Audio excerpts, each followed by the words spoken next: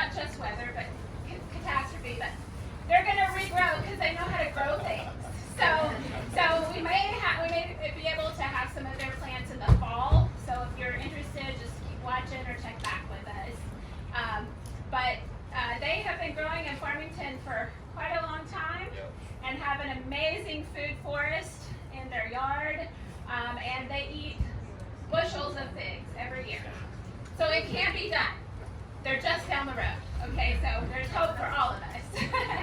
So I'm going to let Chad take over, and maybe you want to save questions to the end so we can get through? Okay, yeah, we'll save questions to the end, and then all of you found out about us through social media or coming in or seeing on our website. We have we're going to skip May because it's our busy month, but we have quite a few programs for Pollinator Month in June. So if you're into native plants and bringing in the bees, butterflies, and songbirds, check that out for June's programs here at the nursery. And here's Chad. All right. How's everybody doing? Good.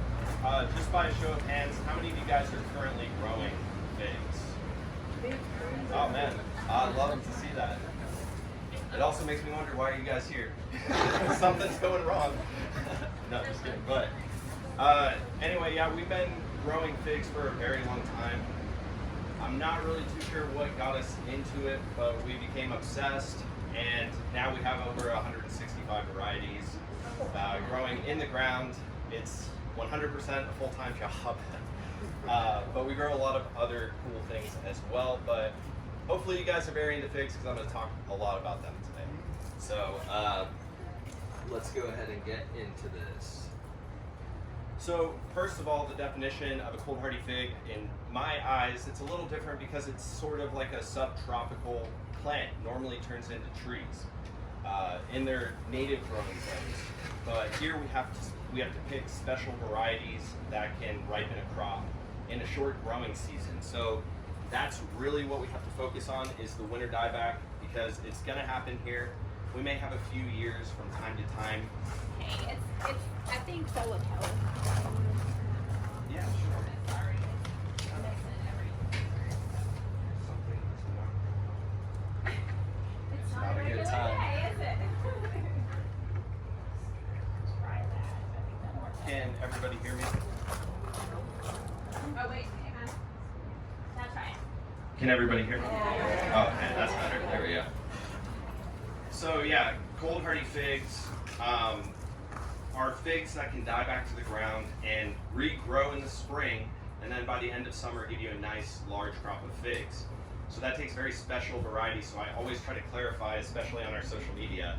You know, we'll get people that get in contact with us from time to time, and they're like, you know, I've just never gotten figs, and it's like, well, what variety are you growing? And then they're like, oh, I don't know. Well, you really have to know. It's very important. It's key to growing figs in a colder climate. You know, there's always colder places too, so this is specifically for our growing zone here. So, fig types. We have Capri figs. They require wasps. A lot of people don't understand that we do not need fig wasps. They're in very specific locations around the United States, and it's going to be in a tropical, subtropical zone. They just can't survive in our climate, yet again. So, Capri figs are really not good for us. We want common figs, Ficus corica. They are, it says self-fertile, they're actually parthenocarpic, meaning they don't need pollination at all. So they will set fruit without any help from any critters. So you're bound to get fruit. Now, in our growing zones, there are a couple of ways we can grow figs. One of them, very popular actually, is growing them in containers. They do quite well, and it gives you a lot more options, especially if you have a smaller property and you just want to keep things more contained. You can grow figs in containers. They do really well, and it opens a lot of possibilities for you, because you could grow figs that wouldn't normally grow in the ground here and get them to ripen, because they kind of have an earlier head start, which is very important.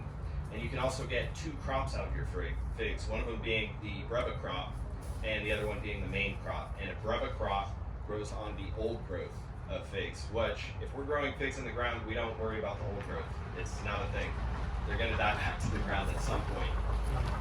And then now we have the in-ground figs, which need to have an early main crop. And I really want to point out, varieties matter.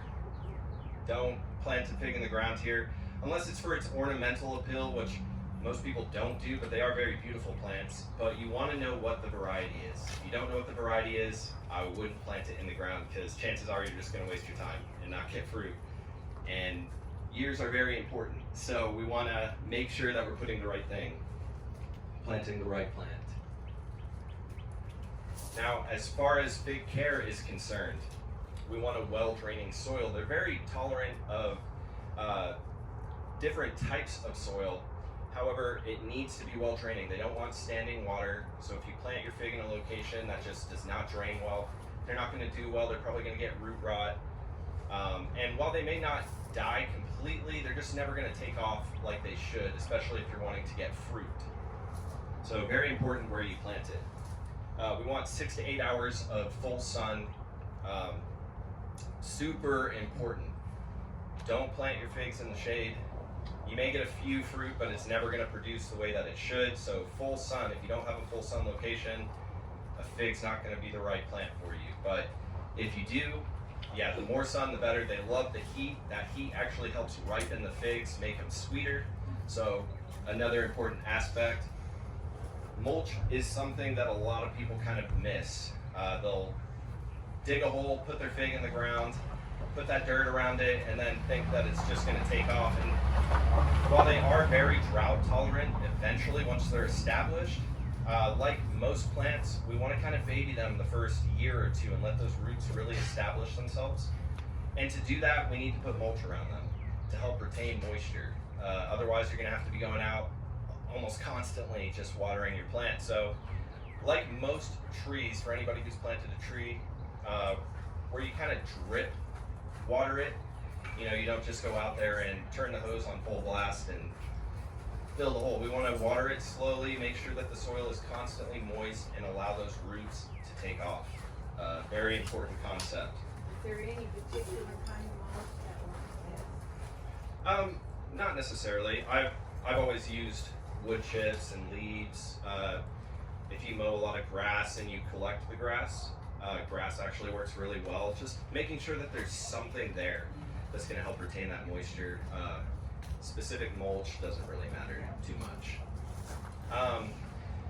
Now, microclimate is actually another really important aspect. Like I said, figs love the heat. It really helps ripen them. So if you could get them along a southern exposure, maybe a fence or a wall of your house. Now, I do want to hit on something very important, because if you talk to somebody from a tropical climate, they're going to tell you, do not plant your fig next to a house. It's going to destroy your foundation. Figs don't do that well here, okay?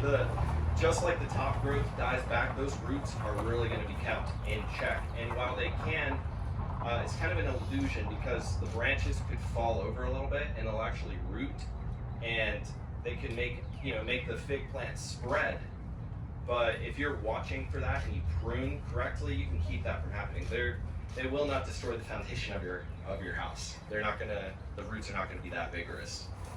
But putting them in a microclimate next to a southern exposure is going to allow you to have a little bit longer season, get a few more figs from your tree, because that warmth is going to help ripen them up. So if you do have that southern exposure where a little extra heat is going to be there a little longer into the season, that's going to help you out a lot. And something to think about. Pruning the winter dieback. They're pretty much going to die every season. We have like 2 weeks out of the season where it gets a little too cold and the top growth just can't handle it.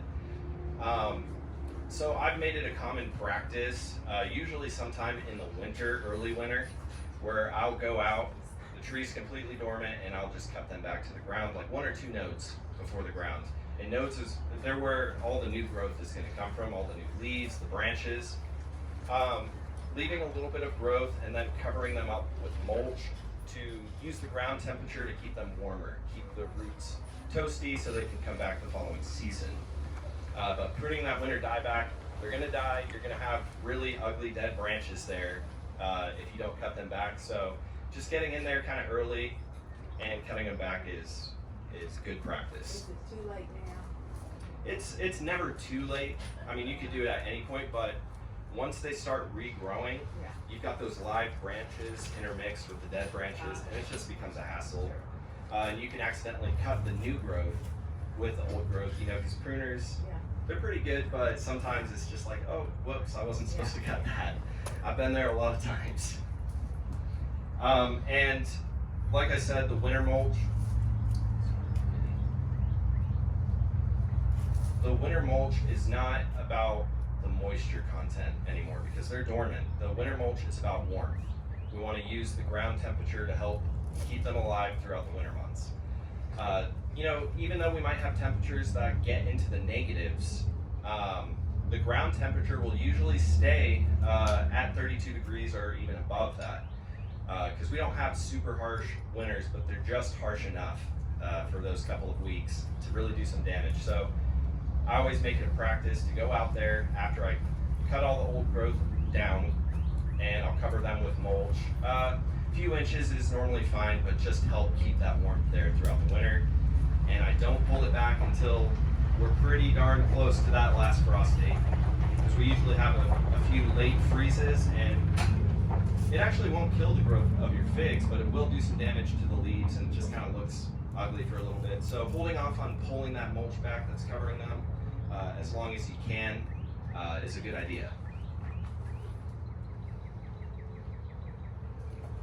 Pests and diseases. So one really good thing about growing figs here is that most wildlife, they don't know what it is. And therefore they kind of stay away from it. Now, ants can be a problem. They love the sugars just like we love the sugars, and they'll kind of go in and out of the figs, and it looks nastier than it actually is. And it may sound kind of gross, but if you just kind of cut them up, wash the ants away, they taste good, okay? I don't know how naturalistic everybody is here, but I may have just disgusted a lot of people. But they're really not a big deal. They're not going to do a lot of damage, and ants kind of follow one another. So there may be like a few sacrificial fruit is what I call them. Like you'll go out there and you'll see a bunch of ripe figs, but you'll see like one or two fruit in particular that are just totally being devoured, which is actually a good thing, you know? Lose a couple of fruit, they get their food, and you get your food. So it's a good beneficial relationship there. Now the sap can be a pain in the butt. If you get the sap on you, I always tell people if they're helping at the farm, they're helping us cut those branches back, always wear long sleeves. Wear long sleeves, wear gloves, because that sap can be a little bit potent for some people.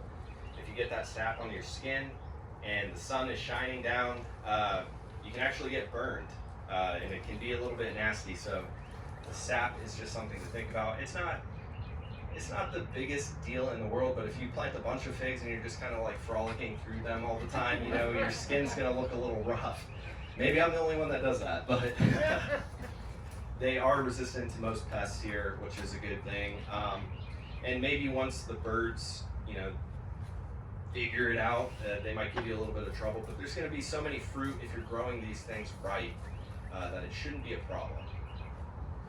And now we do kind of get a lot of rain from time to time. We have worse years sometimes than others, but rust can be an issue, and it's more of a cosmetic thing. It's just these little rusty looking dots that get on the leaves, and it'll cause some of the leaves to drop off. It kind of looks a little bit ugly, but once they go dormant for the winter, you're going to want to remove those leaves. If you've suffered from this, like, you'll know if you have it. It's not just going to be a couple of leaves. It may start with a couple of leaves, and then those dots start showing up all over your trees. It's not the end of the world. You could use like a copper fungicide or something to spray the leaves and try to get rid of that, but it typically doesn't work very well. Usually once you go into the dormant season, they drop their leaves.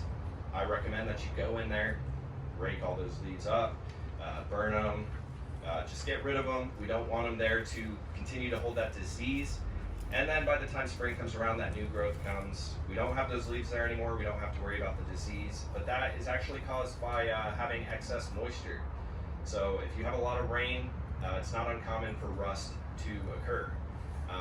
Hasn't been a big issue for us, but from time to time we do see it. But for the most part, not a big deal. It's nothing to freak out about. You know, a lot of people see it for the first time and then the leaves start falling off and they think their plant's gonna die, and that's really not the case. It's just gonna be healed with time. So when it comes to harvesting figs, first of all, you should be really happy because that means you're doing something right. You're getting fruit. But figs actually ripen in succession, so you're not going to get one large harvest like you would with maybe apples or peaches, and then you're just overloaded with fruit. It's like, oh, we've got to use these really quickly, or you know, we're not going to have the fruit for long term.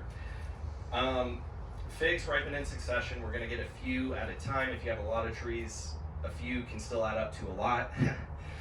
But the thing is that if they're dropping to the ground or whatever, you know, you're not losing all of your fruit, or if you leave them sitting on the counter too long, you're gonna get more fruit. So just something that's really cool about figs, you're gonna continue to have a harvest all the way up until those frosts start to get to the tree. They just keep pumping out the fruit, and you know, if you're somebody that's trying to grow your own food, that's a great benefit. Having the peaches are great, it's one of my favorite fruit. Apples are great, they do store for a long time, peaches don't. But it can kind of be a pain in the butt sometimes when you just have all those peaches and I've got to use them really quickly. That's not a concern with figs. You know they're ripe. After you grow figs for a little while, you start to see these signs and you get better at it. Takes practice, but they'll actually start drooping a little bit. So when they first start growing, they're going to be very firm. If you were to touch them, the stem is very firm, everything is firm about it. And then as they start to ripen, they get very soft and they start drooping. And once they're facing the ground, it's a good sign that they're probably ready. You just go up, feel the fruit. It should be pretty soft. Like if you think it's ripe, give it a couple more days and it'll be way better. Sometimes people see them drooping towards the ground. They go up, they pick them, and they were kind of soft, but then they open them up and they're dry on the inside. And then they're like, well, now I just wasted all this time. Well, really, you just needed to wait a couple more days. And the good thing with them ripening in succession, you might go out and pick too early, realize, oh, I made a mistake, and you can fix it day after day. You're gonna get tons of fruit. So if you think they're, yes? Will they ripen off the tree like a lot of fruits? Not a good idea with figs. Figs, if they taste nasty when you take them off the tree, they're gonna just get worse. So,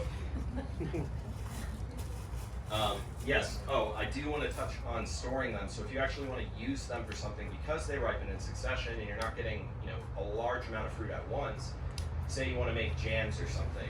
Well, just get some freezer bags. You could cut them in half or just wash them, throw them in the freezer bag, put them in the freezer, and it actually is better for them. It works better to make jam that way.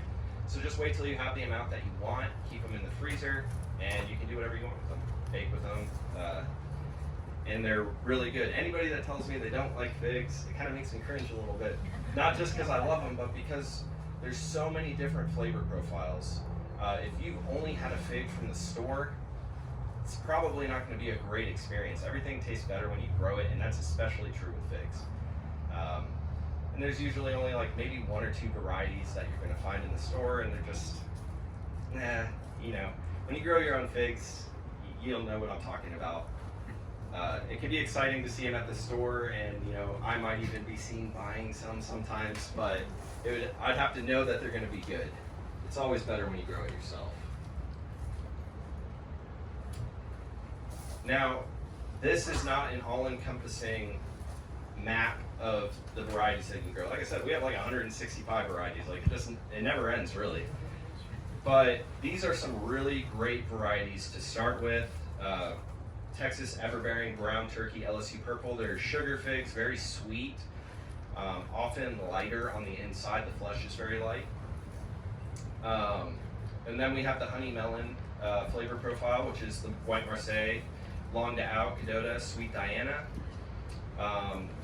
And the Berry Figs, which is my personal favorite. I mean, like, oh my gosh, I can't even explain to you guys. If you've never had a berry fig, like if you like strawberries, you like blackberries, you like raspberries, there's a fig for you.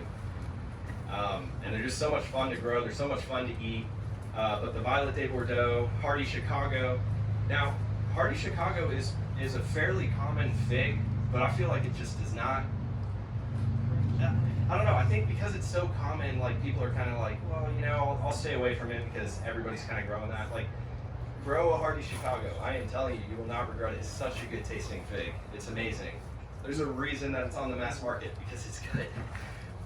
Tacoma Violet and Dalmati. Dalmati is a really cool variety because it actually is green on the outside and like ruby red on the inside. It's such a beautiful fig. So if you're somebody that likes to bake or you're going to put them on a cake and you want something that's really beautiful, you got to grow a Dalmati fig. Just that color differentiation is really pretty.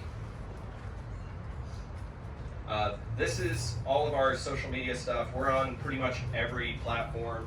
We try to put videos out actually showing people what these figs look like, kind of giving a description about what they taste like, and especially how to grow them in our climate. So if you're more of like a visual person, the videos are great, especially if there's maybe something I'm not hitting on. But I do want to take this time to answer questions because I'm willing to bet that some of you guys wanted to ask a question.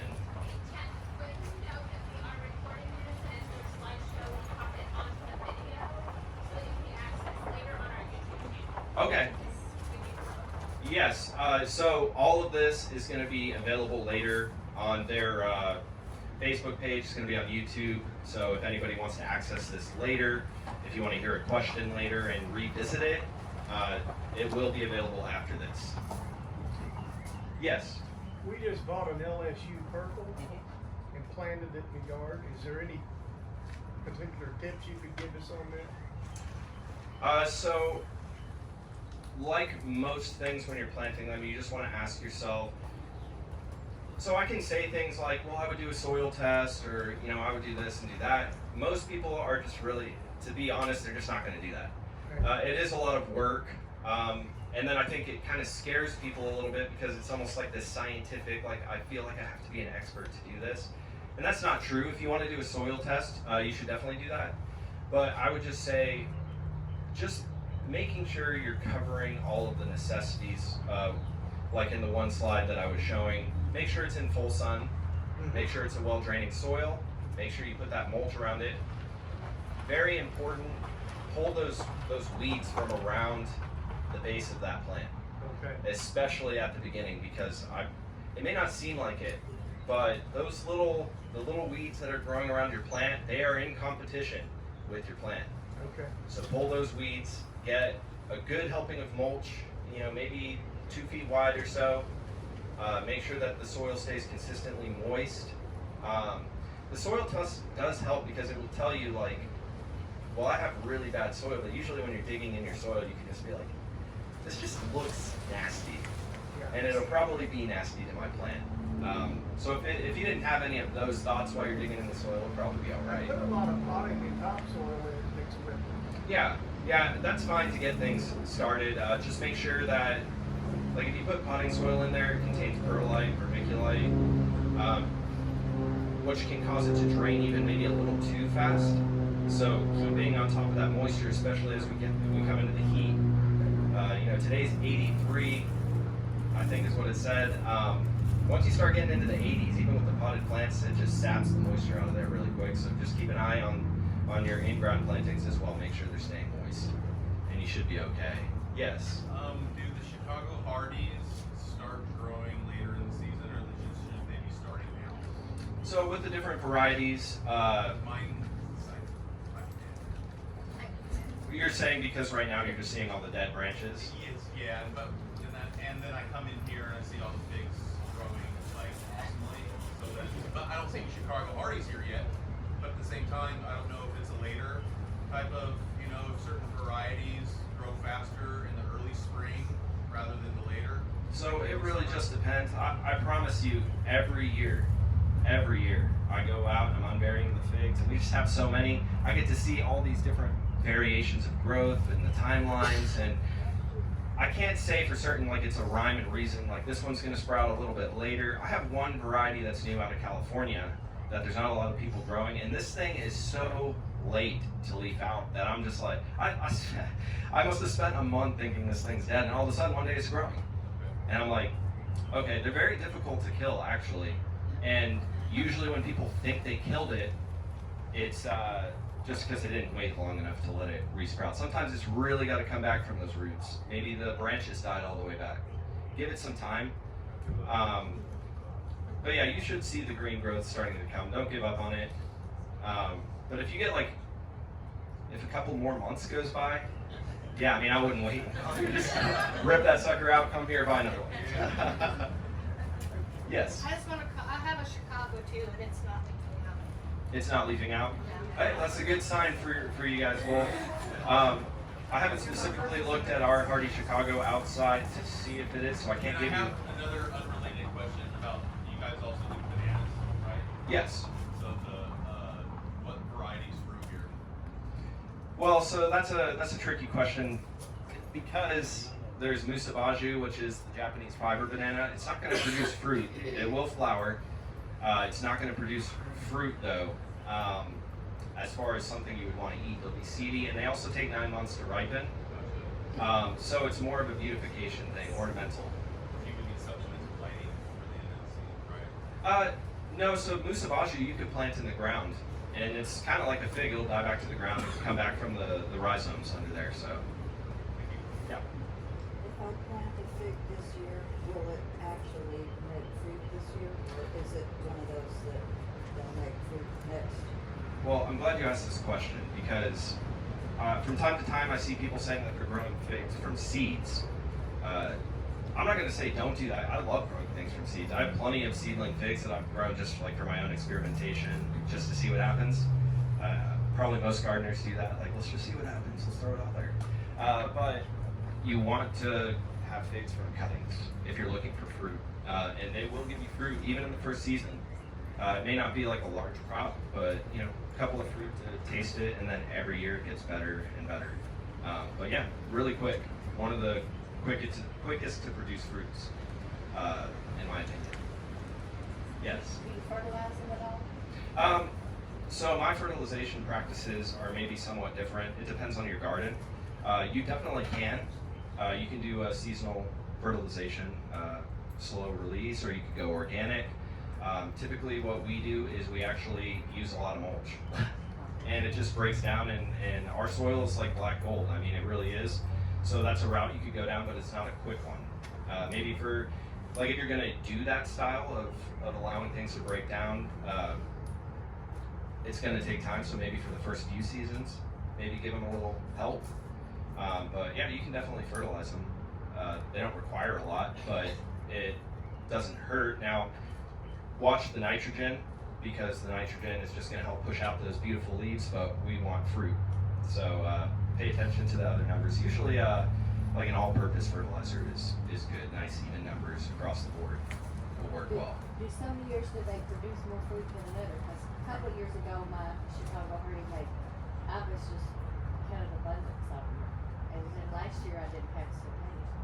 Yes. So if we have a particularly harsh winter, or maybe that colder weather may have affected it a little harsher, for that season, I have seen a decline in the fruit for that season. So yeah, it could be variation. And if you have the space, my recommendation is always to plant a few, you know, just to make sure, even if you have, they produce less. Yeah, so yeah, you'll be okay. For sure. Yes, sir. So I'm wondering about the size. Are there different varieties that are smaller, like you could plant in pot? So I actually grow a variety that's called Little Miss Figgy, and you know that gives like the essence of like, oh, I'm gonna have Little Miss Figgy. Well, it's really Big Miss Figgy. They all kind of grow about the same, especially in our climate, because they're more bush-like. So while maybe in a more tropical or subtropical environment, they might be smaller as full trees, but for the bush types like how we're growing them, not really. They'll be about the same. I got some questions. Yeah, sure. And I also got some pictures. Okay. Now, this is last fall, when we got our frost 2 weeks early, Yes. and most of those would have ripened. But typically, and both my fig trees came from this nursery, Texas and Texas everbearing. Texas everbearing, and the other one I have to change program. Is it a Brown turkey. Yep, brown turkey. Brown turkey. Mhm. And I've had them. This is the root ball. Show you that. And if anybody wants to look, they're welcome to. That's the. Yep. I just cut that a couple weeks ago, and you can see the sprouts coming Yep. up. They're green. Oh, I've seen Texas you've seen a everbearing lot quite of a it. few times. Yeah. So what do I do to get more fruit before it frosts? The best thing that you can do, I don't know what location you have it planted at. Is it on the southern exposure? I have it on southern exposure. Okay. It's on a hill, so it's getting even more southern exposure, if you know what I mean. Yes. But I have creek soil, Okay. and I started with 16 inches of wood chips over the entire garden. Okay. All that's gone. Yeah. And so I covered it with a lot of mulch. And every year it produces figs. It's just that I can never, usually it comes at the end of October. Last year, it was the middle of October, and so I didn't get many. I mean, I got like 25, and Right. half of them weren't really very ripe. I would say like usually, and it depends on your location as well, because see, that's the thing about gardening is you kind of have to learn your own gardening, because I can sit up here and I can say all of this stuff, but then when we start getting into, there's microclimates within microclimates. Oh my God, yes. So like if you're like in a holler or something, it's gonna be rough sometimes because that cooler air will settle and everything. Well, I'm right above a creek, and that's can't get any lower than that. Yep. So I would say that you're But I'm up affected. I'm up at 1,600 feet. Right. So it's not like I'm sea level. Yeah, see, you're in like a kind of crazy situation because you're like the epitome of like microclimate within microclimate. Yeah. So I wish I could give you like amazing. It looks like your trees are doing very well, and I see quite a few fruit that are like right on the cusp of. They're mouth-watering. You know, every time I walk by, I like to say a little prayer. Yeah, I would say probably it'll be a season by season thing for you because of just where you're located. You'll have really, really good seasons, and then sometimes you'll still get some, but it's not going to be as heavy. Well, the prior year and last year, I topped them, and that helped. But I only topped the top sprout and the top fig. And I was wondering if I increase the topping so that there's always the sap coming out, but which is no problem really. So But I like could- fewer fruit, so I they could ripen. top maybe 2 or 3 figs instead of just one. Yep. And the other thing I could do is fertilize with some phosphorus to help it stronger fruiting. Yeah, I mean, it sounds to me like you're a pretty thorough person. So I think that you should just listen to your intuition on that, and I think you should test it. And really, I think that. You mean I didn't have to drive an hour? Yeah, exactly. You sound like a very intelligent person. I mean, so now you're going overboard. But yeah, I think you're gonna be okay just after our little conversation. You got it figured out for sure. Does anybody else have a question? Yes. So along those lines, do you have some varieties that fruit much earlier than others? So actually, Texas everbearing, which is what you're doing, is a very early variety, Violet de Bordeaux. It kind of goes into like what flavor profile you're looking for, and if you have never tasted them, even to grow a fig in a pot, so you're not like, okay, well this is going to be because they can be a pain in the butt to dig out once you get them going, but they do well in containers. I mean, you can see how beautiful these are. You'll get fruit that way, and you can kind of taste and see. But yeah, especially the ones that are on this slideshow. And like I said, you can actually go to all of White River's pages, and this will all be available. I would start with those varieties, and then as you feel comfortable, test out some other ones as well. Absolutely. Yes? Do you have to have a male and a female plant? No. Common figs, they're parthenocarpic, so they don't need a pollinator at all. Now, if you get a Capri figs, you'll know you have one because year after year, they're just going to drop the fruit. Nothing's ever going to happen, and I've seen it happen too many times, which is why I always say, know the variety. Like, figs, especially in this climate, it's one of those things you want to know. You know, surprisingly, and I'm not trying to talk poop on anybody, for sure, but you go to these big box stores, and it is just, that's why I love locations like this, okay, because you go to these big box stores, and they are selling trees. I see it all the time. I'm just like, why are they selling this? This is not going to do well here. Why are they selling this? This is not going to do well here. And they sell them year after year. Well, they kind of also do the same thing. People will say, well, I got this fig from a big box store. Oh, what variety is it? Well, it just said fig on it. Don't. You definitely want to know the variety, but no, you don't need a male and a female. They're parthenocarpic. I have one that's been growing probably 10 plus years. Mhm. It's never had fruit on it. Yeah, if you've had it for 10 years with no fruit, like in the past, I've kind of gone through the circle of, well, check the soil, but if it's been 10 years and you haven't gotten any fruit off of it, you could keep it because it's beautiful and you love it, but it's not going to be the fruit producer. I would get a different variety.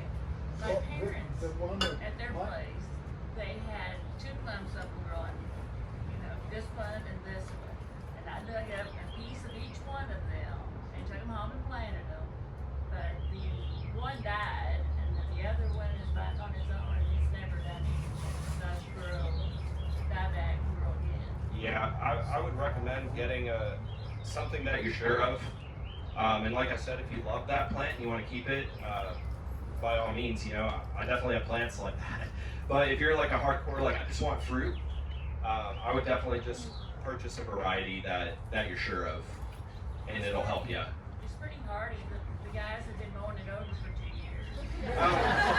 Yeah. Well, so typically, this is kind of why I define what cold hardy means, because if we go by that, technically they're all cold hardy. They'll come back, but you're just not going to get fruit.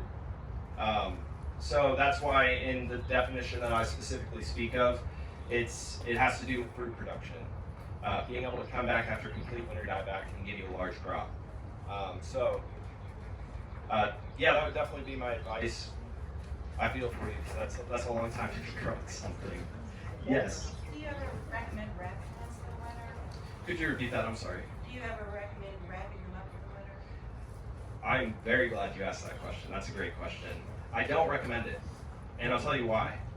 Because it's a lot of work, and there is no guarantee. Most of the time what's going to happen, I'll just be honest, and you can join all these different fig groups and stuff, and there's always somebody that's like die hard, and they just live on like the edge. And it's like, okay, well if I just put, you know, a little saran wrap around this puppy, it'll make it. Well, that's not going to be true in our zone. And what's normally going to happen is it's just going to mold and be nasty and dead and you're just going to cut it back anyway. So my personal opinion is save yourself the trouble, cut it back, get a good variety, and mulch over it in the winter. And it's more surefire that way. Yes. What about Panchi? Yeah, so you're talking about taking away that new growth and put more energy into the fruit. Yeah, that's definitely a viable option. I see plenty of people do it, and there's sound reasoning behind that. Now, one thing where that can come to bite you is if you do it too early, now you got multiple branches coming out, and now you're using way more energy than you were, originally using. It would have been better to just let it go. So timing, but definitely a good idea. If you're getting right very close, you're like, I've got like a week or 2 weeks left. Yep, it'll work. How tall do you let your figs grow? I definitely don't do anything to stop them. Usually it's anywhere between 6 and 12 feet, depending on the variety.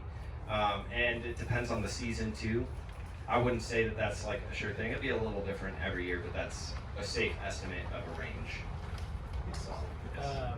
Are they as easy to propagate as I hear? Oh yeah. Taking a cutting and then putting it in a pot of soil and it's good to go? For sure. And having the social media and really, so we've sold cuttings for a long time, and it is a risky thing, just because you can save money propagating your own stuff. But some people just, some people drive and they just have that lead foot and they just go really fast. Some people are like that with water. And these are not like a rooted plant, you know, like I can water that pretty heftily and it'll be fine. But you do that with the cutting one time and it's the end. But yeah, they are very simple if you've done it before. You'll probably fail your first couple of times and then you'll get better at it. Just practice for sure. But yeah, they're very, very easy compared to some plants. Yes. I'm new to fig growing here in Arkansas. Awesome. But I did have a couple of figs up in New Jersey. Okay. One that didn't produce anything, and the other one produced a lot of small fruit in the spring, but they never ripened. Mhm. They never got any bigger. Yeah. Well, So that would be like a definition of a fig that's like close but no cigar. It's like it's probably going to do that year after year. It's just almost going to be there. It needs a little bit longer season. That's a great candidate for a They container. didn't get any big or anything. You Yeah. know, they just. They needed It was in the spring, and it stayed on the. so you're talking top growth that survived the winter? Well, the figs themselves grew, Right. but they stayed real small, never did anything. And that was an early crop in the spring? Yeah. Yeah, so that's going to be a different animal. Now, if you're growing figs in a container, you'll experience that. It's called a breva crop. They were in container, but. Yeah. So that's called a breva crop. And some figs don't produce the two crops. So they'll have those little figs, but they're never going to ripen up or anything. And then the main crop comes later. Do you So take them off or after a while? it or- doesn't really matter the plant. You know, a lot of these plants, people plant fruit trees, and then those first couple of years even, they'll see these fruit dropping off. Uh-huh. And they were pollinated, but the tree knows. The tree knows what it can ripen and it's going to drop what it can't. So in that way, trees are very, very intelligent. They know. But my recommendation. I get all excited and nothing ever happened. Yeah, well, my recommendation would kind of be the same. Get a variety that you know would do well here, and you'll be successful. Brown turkey, whatever. Yeah. It was New Jersey. Yeah. Oh, Well, that's a big hub for growing figs. I know so many people from New Jersey growing figs. So, yeah, for sure. Yes, sir. We had a couple of big plants, Mhm. and they did the same thing. We live over by the War Eagle, and they'd get big, full of leaves, set a whole bunch of fruit, but we wouldn't get a crop. Do you know varieties on that? I think they were brown turkey. Okay.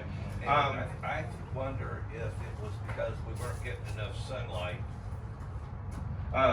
Possibly that would be something that really, like, if you know it's kind of a shadier area, like you could do better on the sunlight, then I would do better on the sunlight for sure, because like you telling me that says that you're thinking it's probably so, and you could take a cutting of that one and propagate it and move it to a sunnier place. We were growing them in the Carroll Electric Yeah. Highline right away. Yeah. So you know there's trees on either side. Right. Yeah. Yeah, that would be my recommendation. A sunnier location. Get more sunny. Yes, absolutely. Yes. If I was gonna grow them in containers, is like a large terracotta okay, or is that too much drainage? No, absolutely. They are very drought tolerant, and kind of like I was telling you, some people like to water a lot, so you have to know who you are as a gardener. Terracotta is a great option for somebody who's going to overwater, or if it's going to be a pretty large pot and you just want to ensure it dries a little quicker, then yeah, that'd be a great option. But they're beautiful planters, and they do well with a little bit of better drainage. So do you bring them in the winter? The container figs, yeah, you can, or something that a lot of people do. Now, if you join these fig groups and stuff, there's some really crazy people. Like, I'm trying to take myself out of the equation, but no. Didn't work. Yeah, exactly. There are people growing like 500 fig trees in containers solely, and what they'll do is they'll put them in an unheated shed or a garage, and we kind of live in a zone where you could get away with that. They don't have to go like inside to a sunny window and take up space in your home. You could just shove them in the garage. They don't get lonely. It'll be fine. And put them in there. -13, we had that here. Yeah, and that's kind of a freak winter. And you may take extra precaution on those. 6 last year. Yep. If you have a little space heater even, can save a lot of trouble. Just, that 1 or 2 nights a year and throw it in there. Depends on the size of the space. Actually, I've used in the past, they're like a Mr. heater. There's a little space heater, ventless space heater. Although if the space is small enough, you do need to vent it still. But they're great options if you need a little warmth. Yes, ma'am. Do you want them dry out between watering? About how often? Like in ground, you're saying? Either in ground and In a container, I mean, it's really important both ways, but in a container, you have to be a little more mindful. It's harder to overwater a plant in the ground than it is in a container. Like if you're watering your plant, there's so many people that tell me like, I water my plant every day or every other day, and it just doesn't work like that. You need dryness about 2 inches deep. Once that top area is drying out, it's a good idea, unless it's a very deep pot. So what happens with deep pots is that you'll water them, the top will kind of dry out, but down at the bottom it's soggy. So you have to know the pot, but definitely allow them to come to at least near full dryness. Usually we have pretty big drain holes at the bottom. Yeah. So it doesn't stand. Right.